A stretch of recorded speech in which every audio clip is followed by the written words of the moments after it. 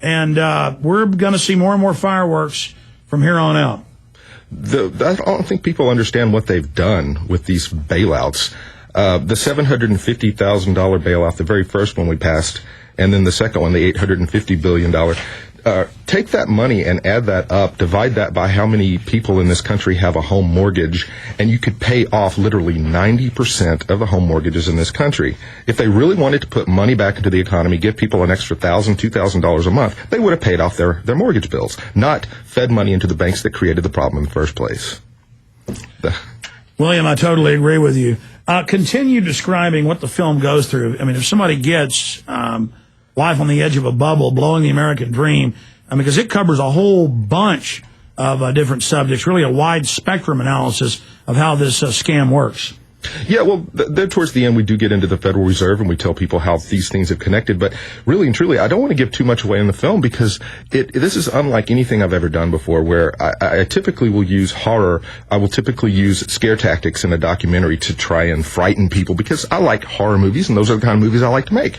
All right, but this is kind of I'm bowing out from that and trying to create something a little more comical. And this thing sets up certain situations, and you think it's going in one direction, and when we get there, you realize that's not where we went. Yeah, it's a great film.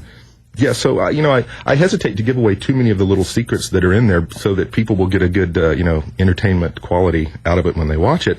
But the clips alone, we researched over 750 different film reels from 1900 to now, grabbing up commercials and grabbing up footage that applies, for instance, some of the public service announcements that were coming out in the 30s and the 40s for kids in school, talking about you shouldn't steal, or talking about going to a party. The entire documentary, we refer to the bubble that we're talking about here as a party. That's what it is. Everybody was invited to the party. Once everybody got there, the banking corporations started spiking the punch, and then everybody got really happy and crazy and thought nobody could lose money. Housing prices will never go down. These are the lies that we bought into and believed, and of course they were totally false. If you look through history, every 20 years you find out it is false.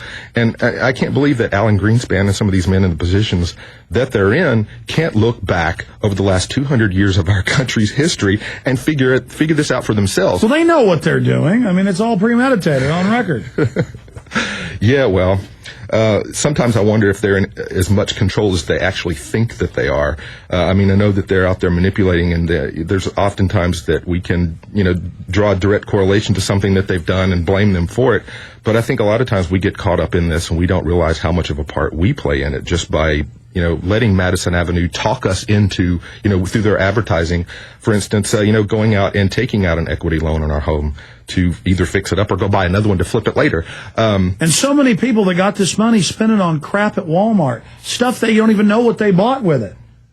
Yeah, we're all guilty. I'm guilty. Everybody's. I know, it's a consumer society. It's like grazing.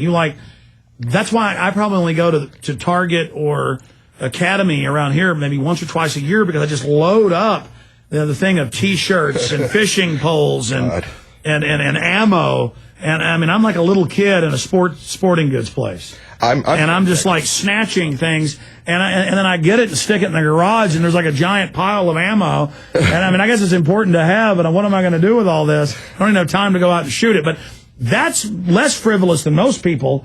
The stuff people buy and fill their houses full of.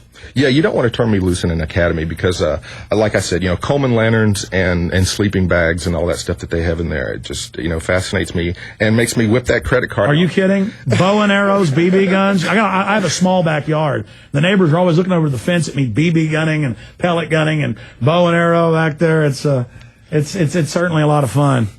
I was just in academy the other day because we lost all the arrows. My parents have 3 acres in town, and I go over there and shoot them into the woods and end up losing them. But my kids are quite the little Robin Hoods.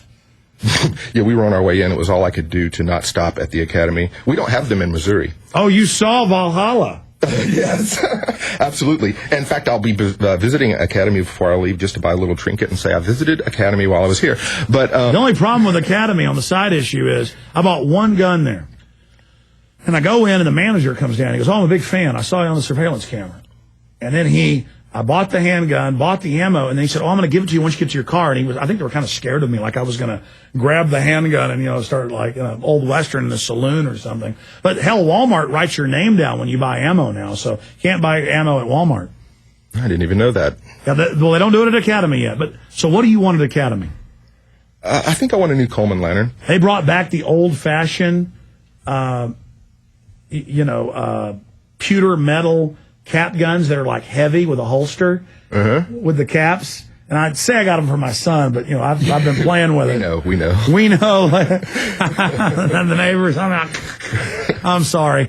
I'm having a little bit of fun. We need to get into the film when we get back and take some phone calls. Life on the edge of a bubble, blowing the American dream. And by the way, Academy, I just gave them one hell of an ad, one hell of a plug there. I got to stay here tonight and work all night. I can't go home and get the bows and arrows out, though.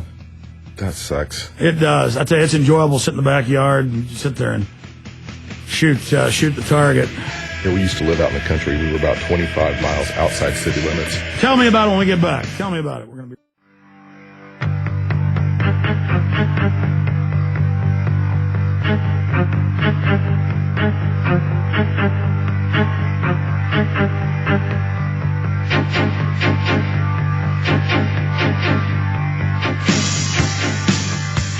Your call's coming up in the next segment at 1-800-259-9231. 1-800-259-9231. Hi, I'm Alex Jones, your host, and I'm glad you're here with us today. MHL, Eric, Chris, Brian, who disagrees, will go to the head of the line. John and others, your calls are coming up.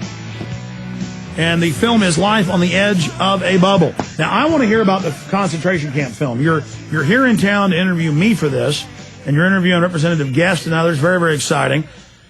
Maybe I actually pulled my concentration camp files. I'd be happy to share them with you. I know you guys probably done more research than I have, but I have extensive files. You could probably go interview the state rep. There's also a city councilman in Oregon where the feds came in and showed them they were building a camp. So, and that was first in NBC locally there, and then we contacted them on the Oregon-Washington border, and we interviewed that guy. So there's actually a lot of folks I can put you on to dealing with FEMA camps because we need to counter Glenn Beck. And I saw in the trailer for the FEMA camp film that it looks like you're going to go after Glenn Beck. Oh, yeah. So I want to respond directly to Beck, and I guess that's why you're here. Do you want me to like break that down? Yeah, we're going to talk about all that. Okay, well, I look forward to doing that and give you as much time as I can, with the schedule, but I'd probably give you guys more than an hour than what I originally said because this is important. Let's right now talk about the film. Not the new film people can get right now, but the film coming out. When does this film come out? We'll probably be in production for about 3.5 months. So about fall, right around in there, just right before Christmas. October, November. Yeah, as soon as possible. Honestly, some of these projects take 2 years to put together. But no, I know. I meant to already have another Obama film out about the whole banking agenda, and I just get stuck because there's so much evidence. I keep hoarding more and more. Mm-hmm. Well, we're going to sort through this information, and I think this is going to be this is going to be getting back to, I hate to say conspiracy, but this is going to be getting back to the roots of things that I like to cover. And these are some things that that you woke me up to, 10 years ago listening to you on the radio. So these are things that I'm excited to actually expose to people now because we noticed, there's really not any good documentaries out there on FEMA camps. Nobody's got the legislation. No one's presenting any guest of your caliber being able to cohesively talk about these issues. And this is what we want to do, is put together a documentary that explains all of this about FEMA camps, why they're being hidden from the American people, why the legislation is not out there in the media, it's why it's not being talked about, and see if we can't create some feedback and some hopefully tick some people off so that we can go take some political action. Well, I'll tell you why I love this, William.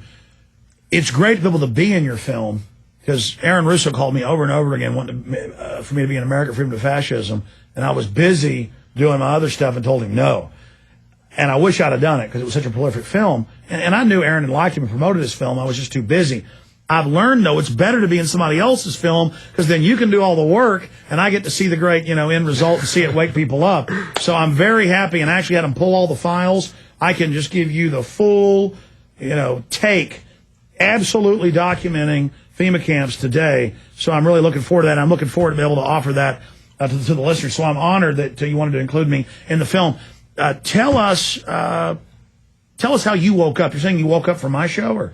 Yeah, we've discussed this before. I'd forgotten. I just found it interesting. Yeah, it's just, I don't know, 10 years ago approximately, I was a graphic designer designing CD covers and, working with Ike and Tina Turner and some of these really old blues people. And during the day when I was sitting there designing the covers or producing or whatever, your program's what I was listening to, just pull up the archives and listen to them on the computer.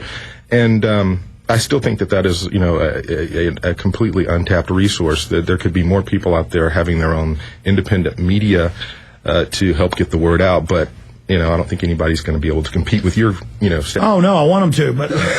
But listen, that's the great part about all this, is another testament to somebody that I reached out to, that we woke up, and then think of the millions you've woken up.